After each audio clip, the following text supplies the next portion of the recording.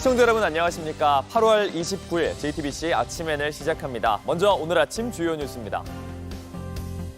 오늘 총파업을 예고한 보건의료노조가 전국 대부분 병원에서 파업을 철회했습니다. 밤샘 노사협상 끝에 62개 병원 중 59곳이 파업을 철회했는데 어제 국회 간호법 통과가 영향을 미친 걸로 보입니다. 리튬 배터리 업체 아리셀의 대표가 중대재해법 위반 혐의로 구속됐습니다. 법 시행 이후 업체 대표가 구속된 건 처음입니다. 아리셀에선 지난해 6월 공장 화재로 노동자 23명이 숨졌습니다. 제10호 태풍 산산이 오늘 중에 일본 규슈에 상륙합니다. 매우 강하게 발달해 일본을 가로지를 예정이어서 일본 현지는 초긴장 상태입니다. 일부 지역에선 벌써 산사태로 주택이 무너지는 등 피해가 속출하고 있습니다. 오늘 새벽 중부 내륙고속도로에서 화물차 3대가 잇따라 추돌해 화물차 운전자인 60대 남성 1명이 숨졌습니다. 어젯밤 통영 대전고속도로에선 택배차에 불이 났습니다. 오늘은 의사에 이어서 간호사들이 주축이 된 보건의료노조가 총파업을 예고한 날입니다. 병원 62곳이 파업에 나설 예정이었는데 오늘 새벽까지 막판 노사협상으로 주요 병원 대부분을 포함해 59곳이 파업을 철회했습니다. 저희 취재기자가 조금 전 협상이 타결된 병원에 나가 있습니다. 조보경 기자, 지금 한강성심병원에 나가 있죠. 파업은 하지 않게 된 건가요? 네, 어제부터 밤샘 협상을 진행해온 이곳 성심병원 노사는 조금 전인 오전 7시쯤에 협상을 타결했습니다. 보건의료노조는 오전 7시 현재 병원 62곳 중 협상 타결 사업장이 이곳 성심병원을 비롯해서 59곳, 조정을 연기한 사업장이 1곳, 파업을 결정한 곳이 2곳이라고 밝혔습니다. 이렇게 대부분의 병원들이 예정된 파업을 철회하면서 오늘 각 병원 병동과 응급실 등은 어제와 같은 수준으로 운영될 걸로 보입니다. 파업을 확정한 곳은 광주 조선대병원 등 2곳으로 조금 뒤 8시부터 파업에 들어갈 예정입니다. 파업을 강행할 거라는 의견이 어제까지도 강했던 것 같은데 여러 병원에서 파업을 철회한 이유는 뭔가요? 네, 보건의료노조 요구사항의 핵심은 임금 인상과 진료 정상화였습니다. 전공의가 의료 현장을 떠난 상태라 추가적인 의료 공백은 병원과 노동자 양측 모두에게 부담이어서 양측 모두가 협상에 적극적으로 임했는데요. 노조 요구안 중에 하나였던 간호법 제정이 국회 본회의를 통과한 게 긍정적 영향을 준 걸로 보입니다. 또 나머지 요구사항에 대해서도 노동자 측이 요구했던 사항 중에 절반 정도를 병원이 들어주면서 협상이 타결된 곳이 많았습니다. 다만 의사협회는 간호법에 대해서 간호사를 의사로 둔갑시키는 발상이라고 반발했고 노조는 현장 의사와 간호사를 이간질하는 의사협회의 악의적 선동이라고 비판했습니다. 간호사들이 자리를 지켜서 환자들에겐 다행이지만 추석이 다가오고 있어서 의사들의 공백만으로도 응급실 대란 우려 여전히 큰데 정부 대책은 어떤 게 있습니까? 정부는 다음 달 11일부터 25일까지 약 2주를 추석 비상 응급 대응 주간으로 정했습니다. 당직 병원을 4,000곳 이상으로 늘리고요. 또 응급실 전문의의 진찰비도 250%까지 올려서 인력을 확보하겠다는 계획입니다.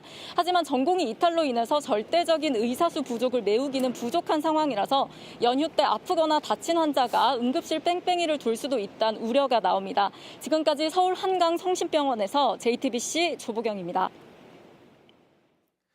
의료 대란에 대한 불안과 우려는 커져만 가는데 대책을 내놔야 할 정부와 여당은 싸우고만 있습니다. 국민의힘 한동훈 대표가 의대 증원 유예를 거듭 요구했는데 대통령실은 실현 가능성이 없는 대안이라며 한 대표의 목소리에 강한 불쾌감을 드러냈습니다. 김태영 기자입니다. 대통령실은 의대 증원 방침에 흔들림이 없다는 입장을 재차 강조했습니다. 한동훈 국민의힘 대표가 2026학년도 의대 증원 유예가 필요하다는 뜻을 굽히지 않자 대통령실이 공개 반박에 나선 겁니다. 대통령실 고위 관계자는 국민 생명과 직결된 사안에 굴복하면 정상적인 나라가 아니라며 이번에 이뤄내지 못하면 앞으로 불가능하다고 못 박았습니다. 그러면서 한 대표 요구는 굉장히 실현 가능성이 없는 대안이라고 직격했습니다.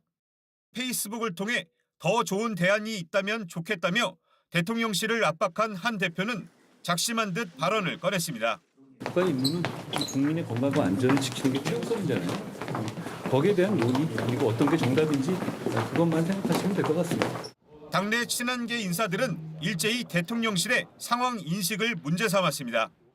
당대표 비서실장인 박정화 의원은 당과 대통령실 사이에 인식차가 있다며 당은 좀 더 심각하게 보고 있다고 했고, 신지호 전략기획부총장도 국가가 왜 존재하느냐고 따졌습니다.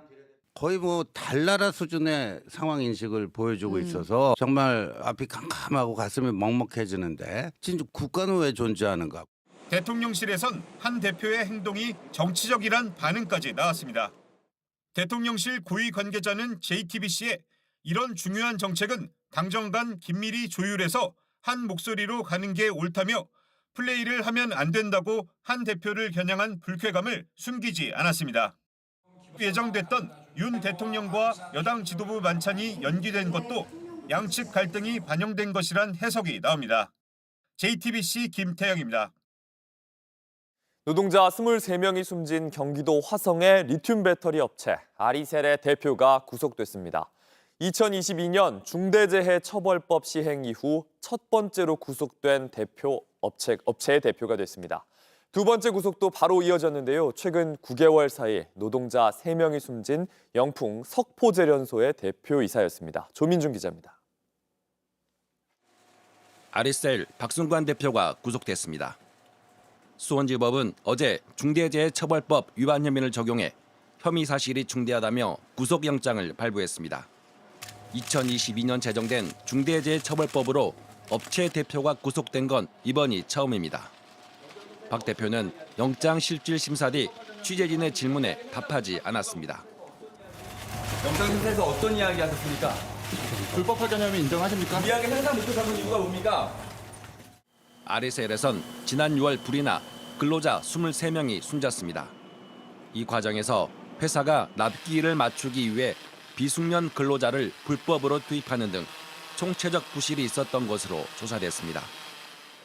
대구지법 안동지원도 영풍 석포제련소 박영민 대표이사를 구속했습니다. 중대재해처벌법으로 대표이사가 구속된 두 번째 사례입니다. 석포제련소에선 1997년 이후 노동자 15명이 숨졌습니다. 8월까지 15명의 노동자가 사망을 했습니다. 법원이 올바른 판단을 할 거라고 생각을 합니다. 이로써 앞으로 중대산업재해에 대해 경영자의 책임이 더 무거워질 것이라는 전망이 나옵니다. JTBC 조민주입니다. 밤사이 사건 사고입니다. 오늘 새벽 1시 40분쯤 중부 내륙고속도로 양평 방향 상주나들목 인근에서 화물차 3대가 연달아 추돌하는 사고가 났습니다. 이 사고로 화물차를 운전하던 60대 남성이 숨지고 2명이 병원으로 옮겨져 치료를 받고 있습니다. 경찰은 정확한 사고 경위를 조사 중입니다.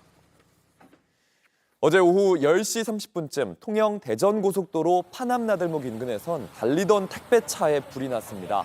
연기를 본 운전자가 차를 세우고 대피해 다친 사람은 없었습니다.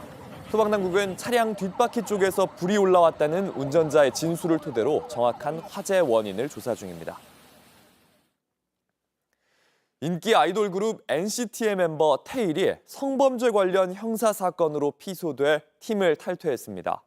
소속사의 대처가 유례 없이 빨라서 충격이 더 컸는데 경찰은 관련 혐의를 수사 중입니다. 조보경 기자입니다. 그룹 NCT 테일이 성범죄로 피소돼 팀을 탈퇴했습니다. SM은 최근 테일이 성범죄 관련 형사사건에 피소된 사실을 확인했다고 밝혔습니다. 사안이 매우 엄중함을 인지해 더 이상 팀 활동을 이어갈 수 없다고 판단했다며 테일과 논의해 팀 탈퇴를 결정했다고 했습니다. SM은 테일이 경찰 조사에 성실히 임하고 있다며 수사 진행 상황에 따라 추가 입장을 말하겠다고 덧붙였습니다. 테일은 2016년 NCT의 유닛 NCT U로 데뷔, NCT와 유닛 NCT 127 멤버로 활약해왔습니다. 지난해 교통사고로 수술을 받은 뒤 2월부터 활동을 다시 시작했습니다. 서울 방배경찰서는 테일의 관련 혐의에 대해 수사 중이라고 밝혔습니다. JTBC 조보경입니다. 지금 일본은 초긴장 상태입니다. 점점 위력이 세지고 있는 제10호 태풍 산산이 오늘 중 일본 큐슈로 상륙할 걸로 보입니다. 이미 거센 비바람이 시작된 일본 남서부 지역은 나무가 쓰러지고 산사태로 주택이 무너지는 등 피해가 속출하고 있습니다. 이재승 기자입니다. 일본 규슈로 향하는 태풍 산산의 모습입니다. 중심 부근에 초속 45m의 강풍이 몰아치고 있고 매우 강한 강도로 발달했습니다. 이미 일본 남서부 지역은 비바람이 시작됐고 초속 70m의 순간 풍속도 기록됐습니다. 거리에 나무가 뽑혔고 지하철이 멈춘 곳도 있습니다. 폭우로 무너진 토사가 주택을 덮치면서 일가족 5명이 매몰되기도 했습니다. 일본 재난당국은 규슈의 가고시마현과 중부 아이치현, 시즈오카현에 거주하는 100만 명가량의 주민에게 대피 명령을 내렸습니다. 태풍은 강한 세력을 유지한 채 오늘 규슈에 상륙한 뒤 일본 열도를 따라 북동진할 것으로 전망됩니다. 이동 속도가 매우 느리기 때문에 다음 주 초반까지 오랜 시간 일본에 머물 가능성이 높아 피해가 클 것으로 예상됩니다. 우리나라도 남해와 동해를 중심으로 영향을 받겠습니다. 제주도와 남해안, 동해안을 중심으로 순간 풍속 시속 70km 이상의 매우 강한 바람이 부는 곳이 있겠고 제주도 해상과 남해상, 동해상에는 강한 바람과 함께 높은 물결이 일겠으니 해상 안전에 주의 바랍니다. 기상청은 영남 해안을 중심으로 바람이 강하게 불고 파도도 최고 6m까지 매우 높게 일겠다고 전망했습니다. JTBC 이재승입니다. 이스라엘이 요르단강 서안 북부 지역에서 대규모 군사작전을 개시해 최소 주민 10명이 숨졌습니다. 이날 시리아와 레바논 국경 지역에서도 이스라엘군의 폭격에 4명이 사망했는데요. 이스라엘과 팔레스타인 무장정파 하마스 간 갈등이 이어지고 있는 가운데 미국 정부는 하마스의 휴전 협상을 압박하고 있습니다. 로스앤젤레스 홍지은 특파원입니다. 총소리와 함께 폭격이 이어지고 검은 연기가 피어오릅니다. 현지 시간 28일 이스라엘군이 서안 제닌과 툴카렘 등지에 무인기 공습을 가한 겁니다. 이번 대규모 군사작전으로 최소 주민 10명이 숨졌습니다. طبعا على حوالي طبعا الساعة 2 بالليل دخل الجيش على المخيم بكميات كبيرة من الجنود المشاة تم اقتحام للمخيم من عدة محاور. 이스라엘군은 테러 차단을 목적으로 작전을 개시했다고 밝혔습니다. 최근 텔아비브에서 발생한 자살폭탄 테러를 꾸민 조직이 툴카렘을 기반으로 활동하는 것으로 파악돼 이번 작전은 앞으로 며칠간 이어질 것으로 전망됩니다. In Jenin and Tulkarem, our forces eliminated 2 more armed terrorists. We apprehended wanted suspects. We located and confiscated weapons, M16s, ammunition, and additional military equipment. 이날 시리아와 레바논 국경 지역에서도 폭격이 발생했습니다. 이스라엘군이 시리아 쪽 국경 검문소를 지나던 차를 무인기로 공격해 팔레스타인과 레바논 출신 4명이 숨진 것으로 전해졌습니다. 미국 정부는 하마스를 압박하고 나섰습니다. 현지 시간 28일 데이비드 코헨 미국 중앙정보국 부국장은 워싱턴에서 열린 정보 국가안보회의에서 휴전 협상의 운명은 하마스 지도부가 답해야 할 질문이라고 밝혔습니다. 로스앤젤레스에서 JTBC 홍지은입니다. 온라인에서 화제가 된 뉴스, 화제가 될 뉴스를 골라 전해드립니다. 아침엔 소셜픽입니다. 정부가 외국인의 이름을 어떻게 표기할지 원칙을 새로 세웠습니다. 앞으로 문서에는 알파벳이든 한글이든 성과 이름 순서로 써야 합니다. 가수 존박 씨의 이름을 들어 설명해드리겠습니다. 여러 증명서마다 외국인의 이름을 표기하는 방법이 이렇게 달랐는데 앞으로 순서는 성인 박이 먼저 나오고 이름 존이 뒤따라오게 됩니다. 영어로는 대문자로 써야 하고요. 한글로는 띄어쓰기 없이 붙였습니다. 행정안전부는 여러 언어로 문서를 제출할 때 같은 사람인 걸 증명하는 점이 어렵다는 외국인들의 의견을 들어서 이렇게 표준을 마련했는데요. 정부가 주목한 이유는 많이 늘어난 외국인 숫자 때문입니다. 국내에 거주하는 외국인 주민도 226만 명인데 우리나라 총 인구의 4.4% 정도 됩니다. 이렇게 5%, 6% 정도의 증가율로 크게 지금 외국인 주민들이 늘어나고 있기 때문에 외국인의 성명 표기에 관한 표준 예규를 행정 예고하고 다음 달 19일까지 의견 수렴 절차를 거칠 예정입니다. 이름이 갑자기 바뀌는 건가? 당황스러운 분도 계실 텐데요. 행정기관의 문서에 적용되는 것이고 기존의 문서는 한꺼번에 바꾸지 않을 예정입니다. 공직자윤리위원회가 오늘 초선 국회의원 147명의 재산 목록을 공개했습니다. 100억 원대 자산가는 5명이었습니다. 공직자윤리법에 따라 공개된 재산 목록 1위, 삼성전자 대표를 지낸 고동진 의원입니다. 72억 원의 한남동 아파트와 37억 원의 주식 등 333억 원을 신고했습니다.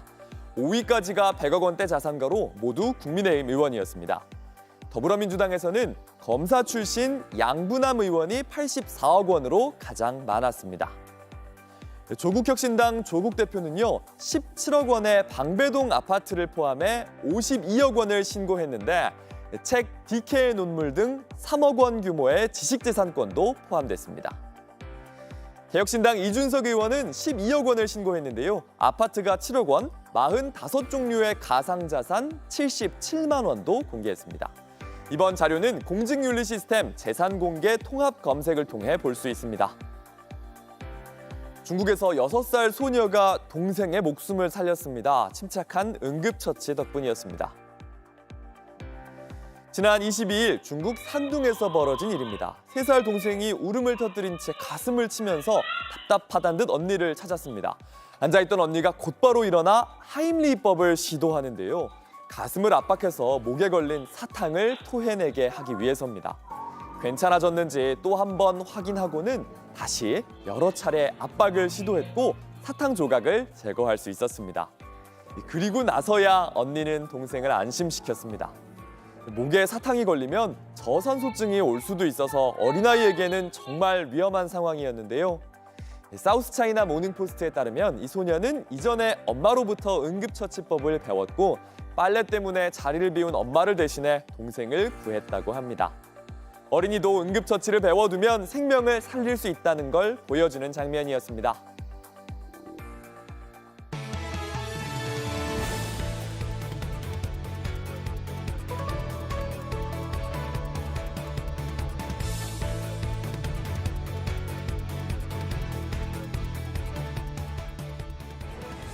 경기도 포천에 오토바이의 속도를 마음껏 낼 수 있다는 포천의 아우토반이 있습니다. 여기서도 70km를 넘기면 안 되는데 시속 200km를 넘게 달린 오토바이 운전자들이 무더기로 경찰 조사를 받고 있습니다. 오원석 기자입니다.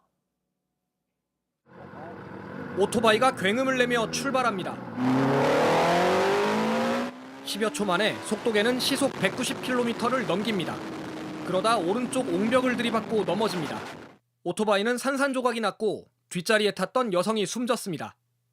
지난 5월 사고가 난 이 도로, 오토바이 마니아 사이에선 포천 아우토반으로 불립니다. 보시는 것처럼 시속 70km를 넘어서는 안 되는 도로입니다. 하지만 이 구간 뒤쪽으로는 직선 도로에 신호도 없다 보니 시속 200km 넘게 달리는 모습을 심심치 않게 볼 수 있습니다. 취재진이 30분가량 도로를 둘러보는 동안에도 고가 오토바이들이 쏜살같이 지나갑니다. 내가 보기에도 오토바이가 탐날 정도로 좋은 오토바이들이야. 보통 한 10명 정도 이렇게 모여서 엄청나요. 소리가 아주 막. 약간 내리막길 구간이 좀 많아가지고 또 전방에서 보면은 시야가 딱 뚫려 있습니다. 이번에 후면 번호판을 찍을 수 있는 카메라도 도입을 해서 마니아들은 성지순례처럼 이곳을 찾습니다. 유튜브 영상에는 나도 가겠다는 댓글이 줄을 잇습니다. 집중 단속을 벌인 경찰은 오토바이 운전자 12명을 입건했습니다. 시속 160km는 기본, 최고 240km까지 달린 사람도 있습니다. 붙잡힌 운전자들은 추억을 남기기 위해 영상을 올렸다고 말했습니다. 추억보다는 안전이 더 중요합니다. JTBC 오원석입니다. 얼마 전 부천 호텔 화재 당시 투숙객 2명이 에어매트로 뛰어내렸다가 목숨을 잃었습니다. 에어매트 자체도 보완이 필요하지만 현장에 제대로 된 매뉴얼 없이 중구난방으로 쓰이는 게 가장 큰 문제라는 지적입니다. 배승주 기자입니다. 여성이 위태롭게 앉은 곳은 아파트 12층 창문입니다. 균형을 잃고 추락합니다. 얼굴을 다쳤지만 살았습니다. 40m 타워 크레인에서 고공동성하던 40대 남성도 에어매트에 떨어졌습니다. 다리가 부러졌지만 목숨을 건졌습니다. 51층, 150m가 넘는 높이에서 떨어진 여중생을 살린 것도 에어매트였습니다. 두 바퀴 돌고 정말 전운이었지. 터졌는데도 불구하고 이제 배가 가볍고 낙하 위치가 바뀔 법도 있는데 정확히 가운데로. 최후의 보루로서 역할이 분명한 겁니다. 다만 구입과 운용이 모두 문제입니다. 전국 소방서가 보유한 에어매트는 1,580여 개. 소방서 하나가 7개 정도 가지고 있는 셈입니다. 필요성이나 적절성을 따질 기준이 없고 지역 소방서가 알아서 구입합니다. 그러다 보니 효율적인 배치가 안 됩니다. 경남 지역 에어매트는 201개로 서울 191개보다 많습니다. 특히 10층 이상 고층용을 46개 보유하고 있습니다. 반면 고층 빌딩이 밀집한 서울은 37개, 부산은 30개에 그쳤습니다. 당연히 활용 실적은 떨어질 수밖에 없습니다. 구매 기준이랑 저희 기준이랑 저희도 기준이 그렇게 있는 건 아니지만 에어매트는 제조사마다 성능, 재질, 조작법이 제각각입니다. 운용 매뉴얼이 없기 때문에 각 소방서는 제품 설명서를 보고 나름대로 훈련하고 사용합니다.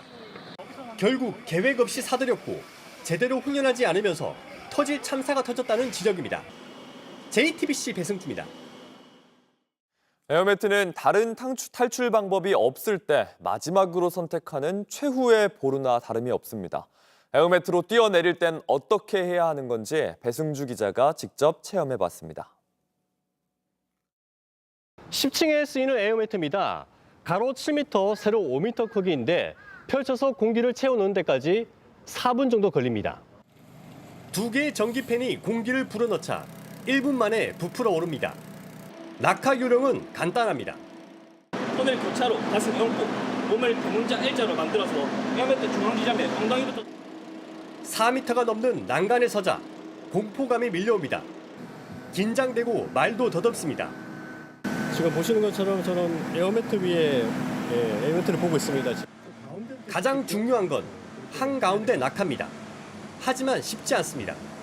만약 뛰지 않고 바로 밑으로 떨어진다면 보시는 것처럼 이 매트의 가장자리로 떨어질 수가 있기 때문에 조금 더 도약을 해서 저 가운데로 뛸 수 있게끔 그렇게 해야 될 것 같습니다. 하나, 둘, 셋! 낙하 순간 바람이 빠지면서 충격을 줄입니다. 하지만 몸이 반으로 접힐 정도로 반동이 심합니다. 목부터 어깨, 등, 허리까지 아픕니다. 생각보다 충격이 있고요. 그리고 입을 다물라고 했는데 입을 다물었지만 이 약간의 그 충격이 전해지면서 실제로 제가 혀를 조금 깨물었어요. 살더라도 크게 다칠 수 있습니다. 저희 가족은 많이 말씀을 드리면 에어매트 쪽이 아니고 사실 다른 방법이죠. 목표가 부러지든 사망할 수도 있는 거거든요. 최후의 순간에만 선택하는 대안. 낙하 요령만이라도 숙지해 두는 게 좋겠습니다. JTBC 배승규입니다.